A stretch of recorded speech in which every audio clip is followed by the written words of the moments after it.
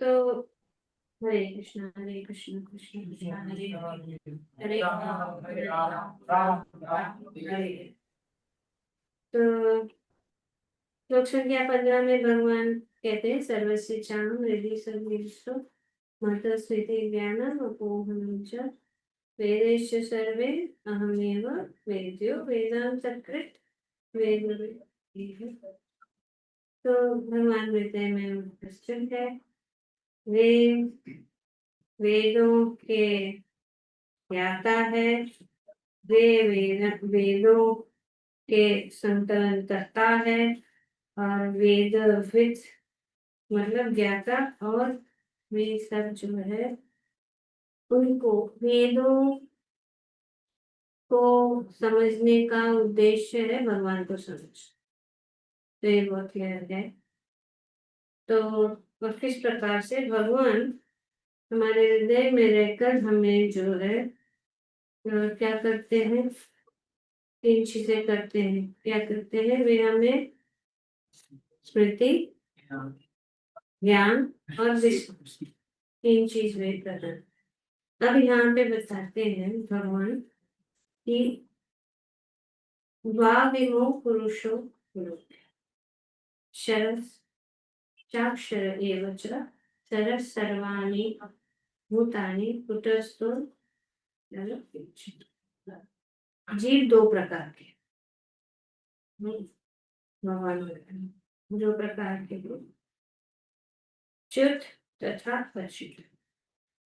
भौतिक जगत में प्रत्येक जीव च्युत क्षर होता है और आध्यात्मिक जगत में प्रत्येक जीव अच्युत मतलब अक्षर अक्षय अक्षय कहलाते। तो यहाँ पे क्षर और अक्षय इसका अर्थ यहाँ पे पापा जी बताते हैं कि जैसे कि पहले बताया जा चुका है कि भगवान ने अपने श्री व्यासदेव अवतार में ब्रह्म सूत्र का संकलन किया। अभी पहले बताया कि भगवान ने ब्रह्म सूत्र का संकलन किया। अब यहाँ पे भगवान वेदांत सूत्र की विषय वस्तु का सार संक्षेप में दे रहे हैं। तो भगवान कह रहे कि जीवात्मा बहुत सारे हैं, असंख्या अनंत है। जीवों इस यहाँ पे बताया कहना है कि जीव जिनकी संख्या अनंत है दो श्रेणियों में विभाजित किए जा रहे हैं, क्षर और अक्षर।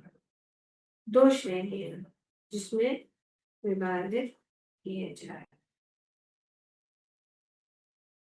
तो जब भगवान के सनातन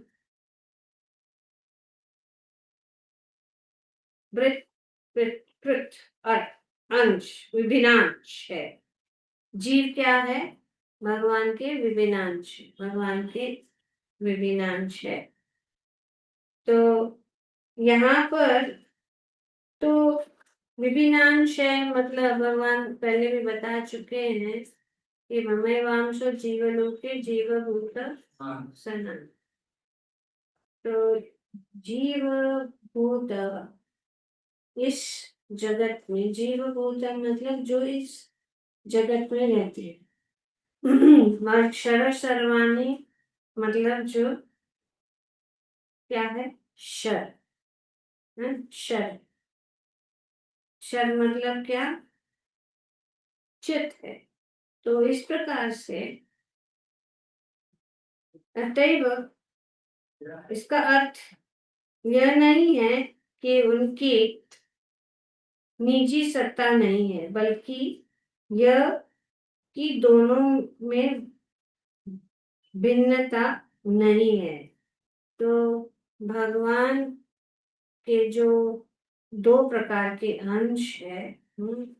एक है क्षर और अक्षर, और इनका संसर्ग भौतिक जगत में होता है तो वे जीव भूत कहलाते हैं। और परमेश्वर के अंश है, इसका अर्थ नहीं है कि वे एक हो गए। वे हमेशा अपने अंश को अंश के रूप में ही रहते। ऐसा नहीं कि वे भगवान में एक हो जाते हैं। वे हमेशा अपना जो है अस्तित्व बनाते रहते हैं। तो ये यहाँ पे बताया गया। अतएव उनका अर्थ यह नहीं है कि उनकी निजी सत्ता है, बल्कि यह कि दोनों में भिन्नता नहीं है। दोनों में भिन्नता नहीं है, लेकिन फिर भी वे अलग है। इसके लिए दो दो प्रकार के जीव यहाँ पे बताया गया, जो क्षर है और दूसरा अक्षर है। वे सब सृजन के प्रयोजन का वो मानते हैं। निसंदेह आध्यात्मिक जीवन जगत में सृजन जैसी कोई वस्तु नहीं है। लेकिन चूंकि जैसा कि वेदांत सूत्र में कहा गया, इस भगवान समस्त उद्भवों के स्रोत है, अतएव यह पर इस विचारधारा की व्याख्या करी। तो यहाँ पे भगवान बताते हैं कि यहाँ पे बताया गया है कि सृष्टि के कारण में जो है ये अनेक अनेक जो है जीव है, जो इस जगत में आते हैं। तो ये सब जो भगवान से ही सब सब जो अंश है और भगवान से ही जुड़े हैं। तो पर कहाँ कहाँ इस भौतिक जगत में सृजन है। आध्यात्मिक जगत में कोई सृजन नहीं है, क्योंकि सब कुछ हम हमेशा के लिए है। ये जो सब कुछ सृजन और क्षर अक्षर, ये सब जो है ये इस भौतिक जगत से संबंधित है। तो इस भौतिक जगत में, इस संसार में संघर्ष सारे जीव मन तथा 5 इंद्रियों से युक्त शरीर वाले जो परिवर्तनशील है। वे क्या कर रहे, संघर्ष क्यों हो रहा है? क्योंकि इस मन और इंद्रियों के द्वारा, क्योंकि ये शरीर इस भौतिक जगत में परिवर्तनशील है। पर आध्यात्मिक जगत, ये जो शरीर है वो पदार्थ से नहीं बनाया गया, ये पदार्थ से मुक्त है। इस भौतिक जगत में शरीर पदार्थ से बनाया गया है, इसीलिए वो क्या है, सब कुछ बदलता है। शरीर भी बदल रहा है ना हमारा। इतने हम जो इतने अनेक अनेक शरीर से गुजरे हैं, जैसे कि बचपन का शरीर, पहले तो जन्म, वो शरीर, बच्चे के शरीर, फिर बाद में युवक शरीर, फिर बाद में हम जो है बुढ़ापा का शरीर, और फिर हम जो है कहाँ है? चले जाते हैं। जैसे कि भगवान ने बताया कि वायु किस प्रकार से सुगंध को एक शरीर से दूसरे शरीर में, पर आत्मा जो है हमेशा के लिए, आत्मा नष्ट नहीं होती। शरीर के नष्ट होने से आत्मा जो है नष्ट नहीं होती। ये सब शरीर बदलती रहती, क्योंकि इस भौतिक जगत में जो है उन्होंने शरीर धारण किया है। और जहाँ पे क्योंकि इस भौतिक जगत में सृजन है, इसीलिए संहार भी है, दोनों है। तो सृजन है तो संहार ले, लेकिन आध्यात्मिक जगत में ऐसा कुछ भी नहीं है। ना सृजन है और ना क्या है, संहार, ये नहीं है। तो भगवान श्री कृष्ण की के कथा अनुसार जीव दो दो श्रेणियों में है। वेदों में इसका प्रमाण मिलते हैं। अतएव इसमें इसमें संदेह करने का प्रश्न ही नहीं उठता, क्योंकि इसमें बताया गया है कि इस संसार में संघर्ष सारे जीवन तथा पंच इंद्रियों द्वारा इंद्रियों से युक्त शरीर वाले जो परिवर्तनशील है, परिवर्तनशील है। जब तक जीव बद्ध है तब तक उसका शरीर संसर्ग से पदार्थ के संसर्ग से बदलता है। जैसे कि हम देखते हैं कुछ भी चीज, अभी ये माइक्रोफोन भी चल रहा है, लेकिन जब तक और ये भी पदार्थ से बनाया हुआ है, वो चल रहा है, लेकिन कुछ भी हमेशा के लिए नहीं। ये बिगड़ भी जाता है, ये खराब भी हो सकता है, हमेशा के लिए कुछ भी नहीं है। जैसे हमारा शरीर भी ऐसा है, शरीर भी हमेशा के लिए नहीं है, क्योंकि ये पदार्थ के साथ संबंधित है। क्योंकि पदार्थ बदलता रहता है, इसीलिए जीव बदलते प्रतीत होते हैं। तो जो हम इस शरीर में है, हम मतलब आत्मा, और ये शरीर बदलता है, तो ऐसा प्रतीक होता है कि आत्मा बदल रहा है, लेकिन एक्चुअली आत्मा नहीं बदलती है। क्या बदल रहा है? शरीर बदल। आत्मा हमेशा के लिए वैसा है। जैसे कि अ, शरीर खास करके जब अ, बुढ़ा हो जाता है, बुढ़ापा आ जाता है, तो शरीर के जो अनेक अनेक अंग जो है काम नहीं करते, है ना। ठीक से दिखता नहीं, चश्मा चाहिए। फिर जैसे बचपन में सब कुछ अच्छे से दिखता है ना, लेकिन जैसे शरीर बदल रहा है, चश्मा चाहिए। हम चल नहीं सकते हैं, कहीं जाना है तो जा नहीं सकते हैं, है ना, क्योंकि पहले जैसा शरीर नहीं है। पर बात कौन सी है? हमारा शरीर बदल रहा है, लेकिन बात कौन सी है कि हमारी आत्मा बदलती रहे।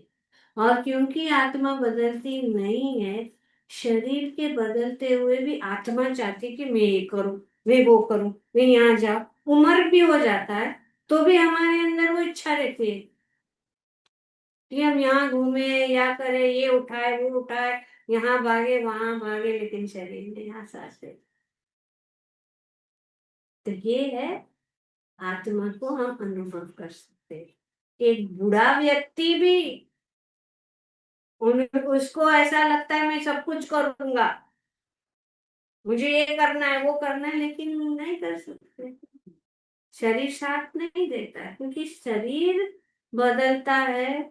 शरीर जो है नष्ट होता रहता है समय के प्रभाव से, तीनों को ये जो प्रकृति के जो भी प्रक्रिया है उसके कारण, और ये पदार्थ से बनाया हुआ है, इस भौतिक है, अशाश्वत है, इस भौतिक जगत में है, तो उसका प्रभाव उसके ऊपर होता है।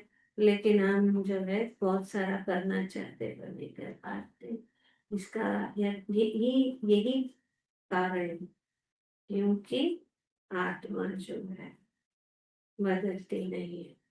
हमेशा के लिए वैसे के वैसे ही रहती है आत्मा, किसी भी शरीर में हो, किसी हमारे जीवन में हम देख सकते हैं। तो इसीलिए ये क्या हो जाता है, ये थोड़ा जैसे कि प्रकार का संघर्ष संघर्ष और दुख का कारण बनता है, दुखी हो जाते हैं। खास करके जब वो जवानी में सब बहुत कुछ करने की कोशिश करते हैं, बहुत सारी चीजें करते हैं जो हम अभी भी करना चाहते हैं, उतना उम्र हो गया तो भी, और क्यों नहीं कर पाते। फिर देखते हैं, अरे ये लोग तो सब कर रहे हैं, मैंने तो ये बात नहीं है, ये बात हम तो हमेशा के लिए तैयार है, लेकिन शरीर नहीं। तो ये एक प्रॉब्लम नोट करने लायक है। इस इस बात को हमें ध्यान में रखना चाहिए कि ऐसे क्यों होना चाहिए। क्यों नहीं हम हमेशा के तरह हमारे अंदर ऊर्जा हमेशा रहे, सब चीज जो है यहाँ पे हमेशा रहे, कुछ कुछ भी चीज बदले नहीं, हमारे जो संबंध है हमेशा के लिए रहे, हमारे पास जो शरीर है हमेशा के लिए रहे, हमारे पास जितना भी अ, पदार्थ है वो भी हमेशा के लिए रहे, पर नहीं होता। तो इसके लिए बहुत जो है एक प्रकार का इनकम्पैटिबल सिचुएशन, मतलब दोनों साथ में नहीं चल, दोनों साथ में नहीं चल। तो इसके लिए पर ही आध्यात्मिक जगत में तो इसीलिए मानव जीवन इसीलिए दिया है कि हम इन सब बातों को समझ सकते, पशु जीवन में नहीं समझ। तो इसीलिए यहाँ पे वेदों के द्वारा हमें मार्ग दिया जाता है, और वेदों के द्वारा और खास करके इस अध्याय में भगवान हमें मार्ग दे रहे हैं कि कि हम सब कुछ को, सब चीजों को समझें कि भौतिक जगत क्या है, आध्यात्मिक जगत क्या है, ये अक्षर चर और अक्षर, ये सब समझें कि कितने प्रकार के जीव है, दो प्रकार के जीव है। तो ये सब बातें यहाँ पे भगवान बताते हैं ताकि हम समझे और कष्टों से मुक्त होकर कहाँ जाए जहाँ पे है। जैसे कि लोग दुखी है, इंडिया में जाना चाहते हैं अमेरिका, क्यों? क्योंकि यहाँ पे कष्ट ही कष्ट है, पर उनको पता नहीं वहां पे भी सब जगह जितना यहाँ भौतिक जगह, चाहे वो स्वर्ग से लेकर पूरे जितने भी लोग हैं पाताल तक, कष्ट ही कष्ट है। तो यही है, जहाँ पे भी जाओ, इंडिया में जाओ, ऑस्ट्रेलिया जाओ, अमेरिका जाओ, लंदन जाओ, सब जगह बुढ़ापा है, सब जगह बीमारी है। पर ये सब किसके साथ संबंधित है? शरीर। जब तक शरीर है, खास करके इस भौतिक शरीर है, उसके वजह से तो भगवान यहाँ पे अभी ये कहते हैं कि यहाँ पे बताया गया, प्रभुपाद जी बताते हैं, लेकिन आध्यात्मिक जगत में शरीर प्राप्त से शरीर पदार्थ से नहीं बना होता। अभी ये अंतर है। क्या अंतर है? कि आध्यात्मिक जगत में ये जो है शरीर, इससे पदार्थ से, is not made up of matter. तो जब शरीर पदार्थ से नहीं बना रहता है, अतएव उनमें परिवर्तन नहीं होता। सिंपल है। क्योंकि यहाँ पे पता है, प्रभुपाद जी बताते हैं क्योंकि वो पदार्थ से नहीं बना है, आध्यात्मिक जगत में शरीर जो है पदार्थ से नहीं बनाया गया है, इसके लिए परिवर्तन नहीं होता। पर इस भौतिक जगत में शरीर जो है पदार्थ से बनाया गया है, इसके लिए परिवर्तन है। और कौन सा प्रकार का परिवर्तन है यहाँ पे बताया गया है कि 6 प्रकार के परिवर्तन होते हैं इस भौतिक जगत में। भौतिक जगत में जीव 6 परिवर्तनों से गुजरता है। जन्म, वृद्धि, अस्तित्व, प्रजनन, क्षय तथा विनाश। So these are the 6 changes: birth, growth, duration, stays for some duration, produces some byproducts, then dwindles and vanishes. Finish. तो ये इस टॉपिक क्योंकि ये पदार्थ के कारण नाट्य, यही परिवर्तन है इस शरीर। आध्यात्मिक जगत में ऐसा कोई परिवर्तन नहीं है।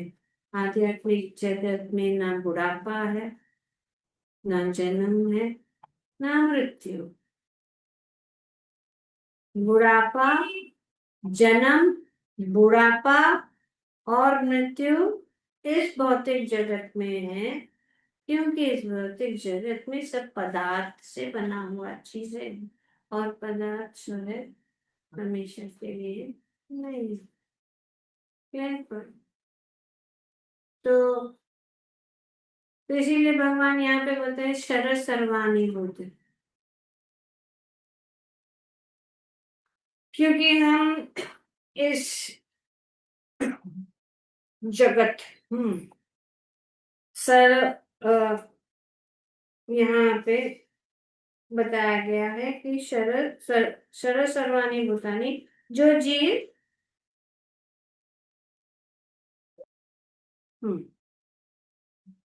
जो जीव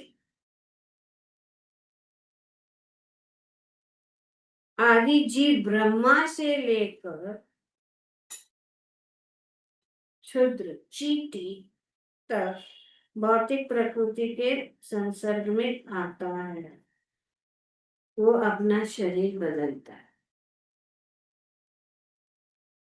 हम देख सकते हैं कि हम चाहे चींटी भी हो या कोई भी प्राणी, ऐसे देखते हैं।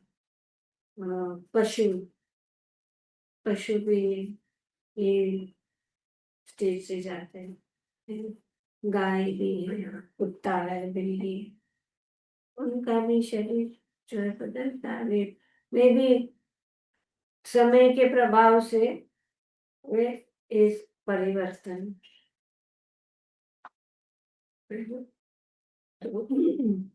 इसीलिए तो इतना सब प्रॉब्लम हो रहा है। गाय अभी जब बुरी हो जाती है, दूध नहीं देती है, तो कोई खिलाते नहीं, इसीलिए तो प्रॉब्लम हमेशा के लिए नहीं देती है।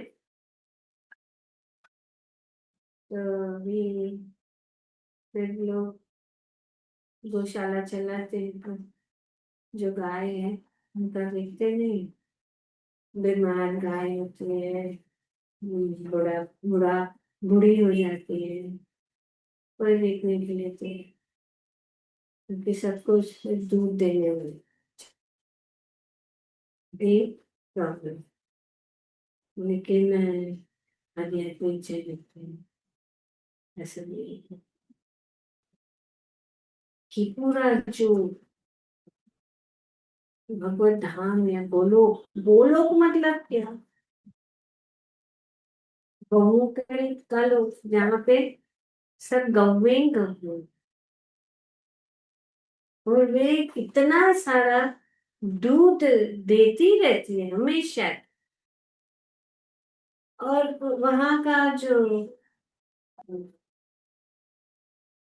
रास्ता या क्या बोलते हैं, पूरा जो है गाय के दूध से ही हमेशा भिगा रहे, इतना सुंदर यहाँ वहां पे, और सुगंधित सुर भी। तो यहाँ पे वही बताया जा रहा है कि आध्यात्मिक जगत और भौतिक, तो इस भौतिक जगत में शरीर, मतलब बदलाव। और दूसरा प्रकार का प्राणी अक्ष, अक्ष, जिसमें कोई परिवर्तन नहीं है, शरीर में कोई परिवर्तन। तो भगवान के साथ, क्योंकि भगवान यहाँ पे बताते हैं कि सब जीव मेरे अंश हैं। तो इसका अर्थ नहीं है कि सब अंश है कि अंत में सब जाके भगवान से लीन हो जाएंगे, एक हो जाएंगे। सब जो है अपना अस्तित्व बनाए रखते हैं। हाँ, अपना अपना इंडिविजुअलिटी बोलते हैं, बनाए रखते हैं। हर एक इंडिविजुअल है। भौतिक आध्यात्मिक जगत में भी सब लोग, जितने भी जीव जो है, अक्षर है, तो वे भी जो है, वे हमेशा अपना जो है इंडिविजुअलिटी, वो वर्ड क्या यूज किया है यहाँ पे, इंडिविजुअलिटी का नहीं होता है, लेकिन कहने का यही है कि अ, हर एक अलग अलग एकावस्था। हाँ, एकावस्था। एकावस्था अपने अवस्था को बनाए रखते, एकावस्था। सब एकावस्था में, ऐसा नहीं कि भगवान के अंश है, भगवान के अंश है। भगवान के अंदर जो गुण है हम सब में, सब जीवों में भी है। तो ये एक अवस्था जो है हमारा भगवान के साथ। पर यहाँ पे हमारा एक अवस्था है, लेकिन हम जो है अपने पूर्ण रूप या अपने पूर्ण स्वरूप में नहीं है। और हमारा स्वरूप क्या है? जीवेर, जीवेर स्वरूप हो कृष्ण नित्य। और दूसरा ये है, हम जो है सच्चिदानंद। भगवान भी सच्चिदानंद है, हम भी सच्चिदानंद, तो एक है। तो सबके, कोई भी कह सकता है कि भगवान सच्चिदानंद है, हम भी सच्चिदानंद है, मतलब हम एक है, पर एक नहीं। हम अलग है, सेपरेटेड पार्ट्स, अलग हुए लेकिन एक है। एक दो दो एकत्व है, वो क्या है? संबंध। एकत्व है किसमें? कि भगवान को के साथ हमारा संबंध है, इसीलिए हम एक है। हमारा एक मत है। जैसे कि अगर हम कीर्तन करते हैं, कीर्तन में मृदंग प्लेयर है, हड़ताल प्लेयर है, गायक है, नाचने वाले हैं, सब लोग अलग अलग है ना। गायक अलग है, मृदंग प्लेयर अलग है, कीर्तन प्लेयर अलग है, नाचने वाला, गाने वाला सब अलग। हर एक जो है एक एक एकत्व, एक वो क्या बोलते हैं? हाँ, एकावस्था।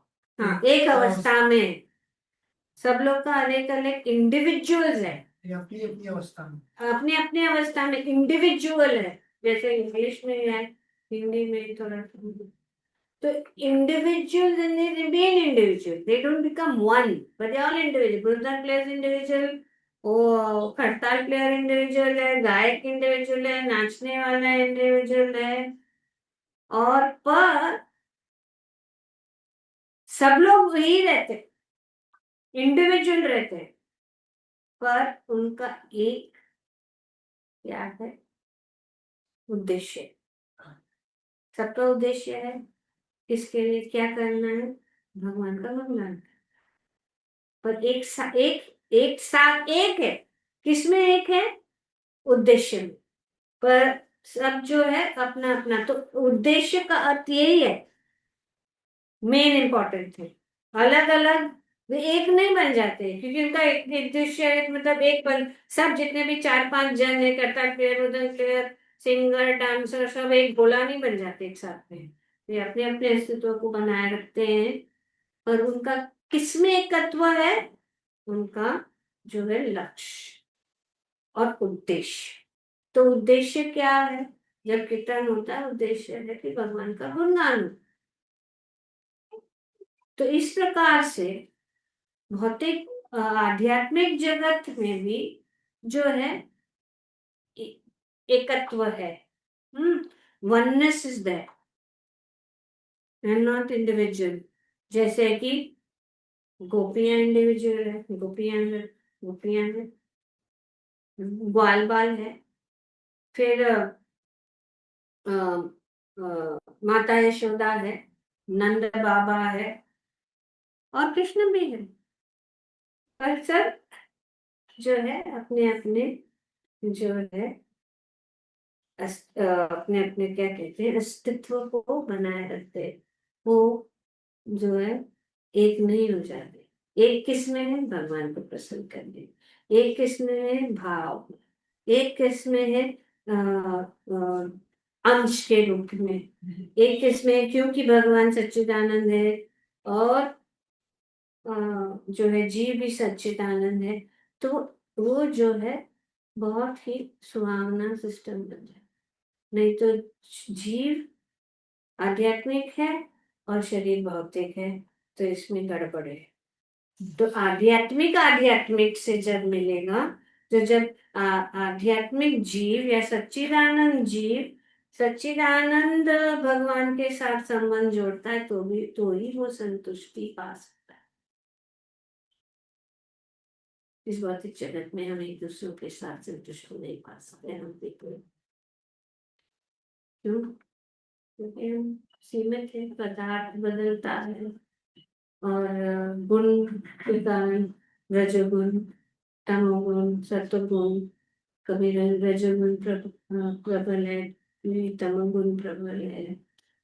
और इंद्रियां, मन, बुद्धि, इनके कारण राग और द्वेष और द्वंद्व, ये सब इस भौतिक जगत में है। इसीलिए हम कुछ भी करेंगे, किसी को भी कितना भी उल्टा लटक जाएंगे किसी को खुश करने के लिए, हम सबको खुश नहीं कर सकते। कोई ना कोई हमारे से जो है अप्रसन्न रहेगा। ये भौतिक जगत का क्या है? इस परिस्थिति है। हम इस परिस्थिति में, पर आध्यात्मिक जगत में ऐसा नहीं है, क्योंकि वहां पे तो पदार्थ है नहीं। वहां पे न जन्म है, न मृत्यु है, न बुढ़ापा है, न बीमारी है। और फिर हम अपने असली स्वरूप में है, भगवान के साथ है। और इसीलिए भगवान को सेवा करने से हमें अधिक अधिक अधिक अधिक आनंद प्राप्त करते हैं। हम भगवान की सेवा करके बहुत अधिक आनंद प्राप्त कर सकते। और यहाँ पे भौतिक जगत में पूरा जीवन भी हमें किसी का सेवा में लगा है, फिर भी निराशा ही निराशा। और अगर कुछ थोड़ा आनंद मिलता है, वो भी थोड़े समय के लिए, और थोड़े समय के लिए बाद जो जिसके साथ हमने कितना अच्छा काम किया, इतना अच्छा कार्य किया, वो रहता नहीं, बदल जाता है। इंसान बदल जाते हैं, है ना। अच्छे अच्छे जो है संबंध बिगड़ जाते हैं, इतने इतने अच्छे अच्छी दोस्तियां बिगड़ जाती हैं, इतने अच्छे जो रिश्ते, भाई बहन के बीच में, माता पिता के बीच में, पति पत्नियों के बीच में, एक देश से दूसरे देश के बीच में, ये सब बदलता रहता हमेशा के लिए। हम हमेशा चाहते कि शांति हो, लेकिन हमेशा के लिए। तो जो भगवान ये बता रहे हैं कि क्यों सब अशांत है, क्योंकि हम गलत जगह में बैठे। हम आके यहाँ बैठे फंस गए, और ये माया की चकाचौंध के वजह से हम जो है हमारे इंद्रिय और मन और बुद्धि के कारण ये सब पूरा जो है पूरा मामला बिगाड़ दिया है हमने। पर कोई बात नहीं, भगवान कहते हैं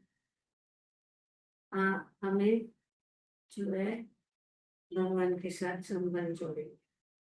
तो जब हम सब भगवान के साथ संबंध जोड़ेंगे तब हम खुश रहेंगे, हमेशा के लिए खुश रहेंगे, क्योंकि भगवान ही हमारा संबंध उनसे ही है और किसी से नहीं। ये तो हम इस भौतिक जगत में आए हैं, तो इस भौतिक जगत में आने से कोई हमारा पिता है, कोई हमारा माता है, कोई हमारा भाई बंधु जो भी है। और ये भी एक यात्रा है थोड़े समय के लिए। जो कथा है ना इसमें इसमें भागवतम में कथा है। हाँ, क्या नाम था राजा का नहीं कहता, वो भी याद नहीं आ रहा। जिसको बच्चा नहीं हुआ था। आत्मदेव। हाँ आत्मदेव। नहीं, याद आएगा तुम्हें बता। तो उनको नहीं था, शिशु पर नहीं हुआ था। तो फिर उन्होंने उनको की था। तो उनको जब हुआ तो बहुत सारी रानियां थी। और इतनी सारी रानियां होने के कारण किसी एक भी उनके पास पुत्र नहीं था। तो फिर एक रानी के कारण उनको पुत्र हुआ, नारद मुनि के से या कुछ था। तो बाद में दूसरे जो जितनी भी रानियां थी ईर्ष्या करने लगी कि अरे अभी तो उनको इनसे पुत्र हुआ है, तो इसके कारण सब जो राजा उनको ये ध्यान दे रहे। तो उन्होंने सब मिलके ये सोचा कि अभी इस बच्चे को खत्म करते हैं, उनको विष फैला के मर। तो फिर राजा वो क्या हुआ, दुखी हो गया। फिर नारद मुनि आए और नारद मुनि ने उनको जीवित किया। फिर वो बोलने लगा तो वो खुश हो गया। तो पिता ने बोला अरे मेरा बेटा तो जीव हो गया, कौन सा बेटा, किस जीवन का बेटा। तो यही है हमारा ये यात्रा में हम सब साथ आते हैं, फिर भी करें। ये संबंध क्षणिक है, फिर भगवान के साथ हमारा जो संबंध है वे हमेशा के लिए, वो टूटता नहीं है। तो यहाँ पे ये बताया गया कि शरद सर्वाणी भूतानी, जो भी जीव और कौन, ऐसा नहीं कि हम ही नहीं, ब्रह्मा से लेकर चींटी तक सबका ऐसा ही हाल, सब बदलता रहता है। चींटी शायद एक दिन, 2 दिन, 3 दिन रह सकती है, आ गए चींटी। एक दिन, 2 दिन, 3 दिन। और ब्रह्मा जी 100 साल तक जीते। ब्रह्मा जी का भी आयु है, पर उनके 100 साल और हमारे 100 साल में बहुत अंतर है। तो शायद भागवत में बताया, हर शास्त्रों में बताया गया।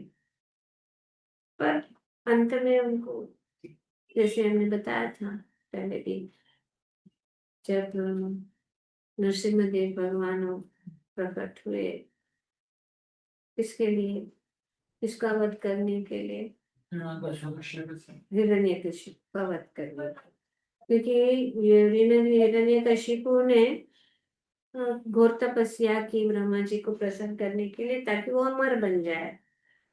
तो ब्रह्मा जी आए, तो ब्रह्मा जी ने कहा कि क्या चाहिए, मैं बहुत खुश हूँ, मैं प्रसन्न हूँ। तो उन्होंने बोला मुझे अमर बनना है। तो ब्रह्मा जी में क्या बात कर रहे हैं, अमर बनना है, मैं ही अमर नहीं हूँ, मैं कैसे आपको वरदान दे सकूं। तो वो असुर लोग बहुत चतुर है, तो उसने बहुत सारा ये बनाया, क्या आयोजन किया कि कैसे मैं हमेशा के लिए रह सकूं। तो उन्होंने बोला कि न शस्त्र से, न अस्त्र से, न देवता से, न दानव से, न ऊपर न नीचे, न दिन में न रात में, न अंदर न बाहर। इस प्रकार से उन्होंने बहुत सारा जो ये किया, मसाला बना, जिससे कोई मार नहीं सकता। भगवान, अभी ब्रह्मा जी ने तुमको वरदान दिया,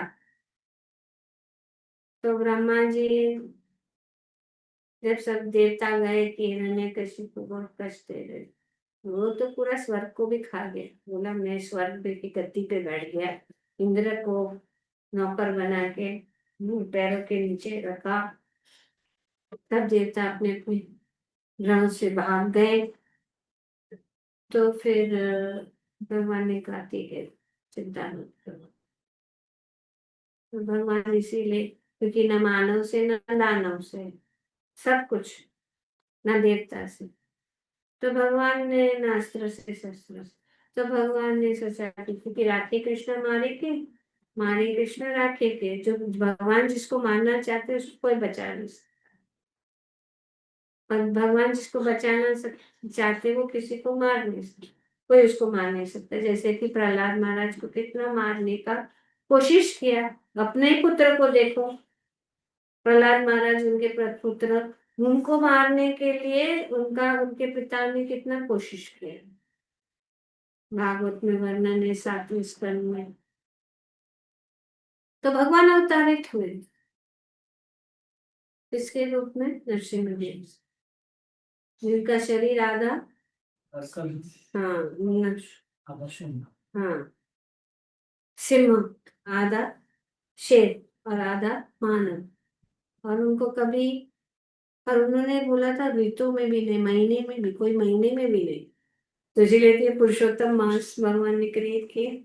इस पुरुषोत्तम मास में महीना ही नहीं, महीने में नहीं आता, नहीं गिना जाता है। तो ऐसे कहा कहा गया है कि पुरुषोत्तम महीने में ही भगवान ने नरसिंह अवतार लेकर हिरण्यकशिपु का वध किया, और अस्त्र से शस्त्र से, नाखून से उनको मारा, और ऊपर नहीं नीचे अपने जंगा पे बिठा कर, और अंदर नहीं बाहर चौखट पे, ना दिन में ना रात, संध्या वेला।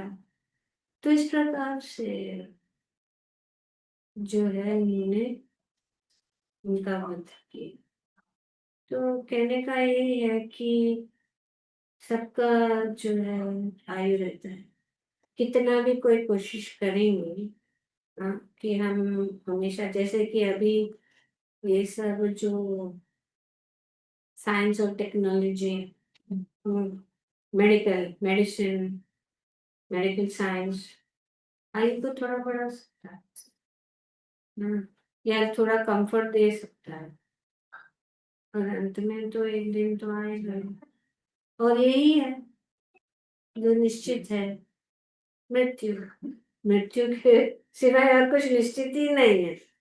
कुछ पता नहीं लगेगा कल क्या होगा, कैसे होगा, क्या हो जाएगा, कुछ पक्का नहीं है। पर पक्का क्या है, मृत्यु। तो इसीलिए बुद्धिमान व्यक्ति कौन है?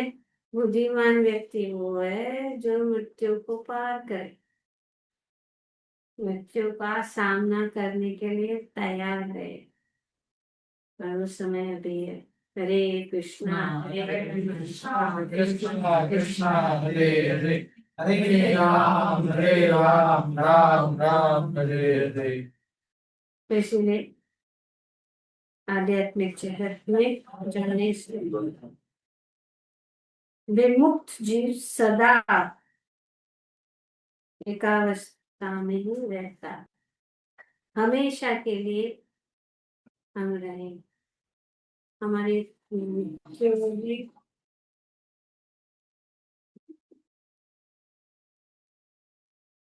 से बचाओ। फिर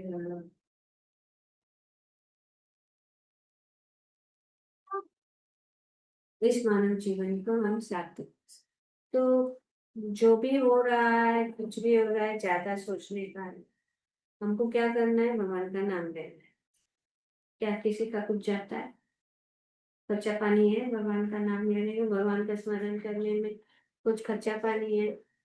नहीं है। तो क्या जाता है नाम लेने में? क्या प्रॉब्लम है? तो अगर हम कहते हैं नहीं, हम तो ये सब नहीं मानते, नहीं मानते। किसने कौन जबरदस्ती, भगवान की जबरदस्ती नहीं कहते। नहीं मानो तो नहीं मानो। जब वहां पे पहुंचेंगे तब बोलेगा अरे अरे मेरे को तो मालूम नहीं था, अभी नहीं मालूम। जैसे तुमने मालूम है कि सिग्नल पे रोकना है, हाँ, तो तुम रुके नहीं, और तुम सिग्नल क्रॉस करे तो हवलदार को बोल रहे नहीं हमको नहीं मालूम था। बोले चल भाग इधर, खा डंडा। तो डंडे खाएंगे फिर यमराज के। तो इसीलिए यही है। तो लोग कुछ समझते नहीं हैं। अपना काम करो, अपना जीवन बिताओ, घर को छोड़ने की जरूरत नहीं है। सिर्फ मन को भगवान में लगाए रखो, किसी न किसी प्रकार, यथा अवस्था, जिस भी अवस्था में है, कोई अधिक कोई कम, लेकिन भगवान कहते हैं स्वल्पमेति त्रायते भूमितो, थोड़ा सा, किंचित, किंचित दीता, भगवत गीता किंचित दीता। और क्या ये इसमें कहते हैं, शंकराचार्य क्या कहते हैं? भज गोविंदम भज गोविंदम भज गोविंदम। ये ये है भगवत गीता किंचित गीता। तो अगर हम थोड़ा सा भी भगवत गीता, गंगा जल कनक कनिक पीता, कनिक पीता, यस, तो क्या होगा? यमे नाना चर्च, यमराज के दरबार में चर्चा नहीं। थोड़ा सा किंचित मतलब थोड़ा सा भी भगवत गीता पढ़ेंगे, थोड़ा सा भी भगवान का नाम लेंगे, वो थोड़ा सा भी गंगा जल पवित्र करने वाली है, पावन करने वाली है, शुद्ध करने वाली है ना? लेकिन गंगा जल पवित्र करती है, लेकिन अगर हम सोचते हैं हमने गंगा में स्नान किया, हम पवित्र हो गए, हम शुद्ध हो गए, हमारे पाप धुल गए, लेकिन वो हमेशा के लिए नहीं रहती है, हमें रोज रोज रोज गंगा में स्नान करना, तो ये होगा। लेकिन भगवत गीता रूपी, जैसे कि गीता महात्म्य के आगे में ही कुछ बोलते हैं, है ना? भगवत गीता भी शिव जी बताते हैं। आगे पढ़िए, क्या है वो? मलिने अ, हम्म,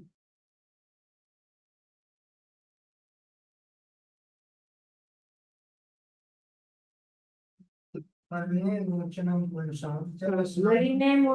पुंसाम जलस्नाने दिने दिने। देन सकृत गीतामृत स्नानम संसारजन नाशति। सुंदर बात।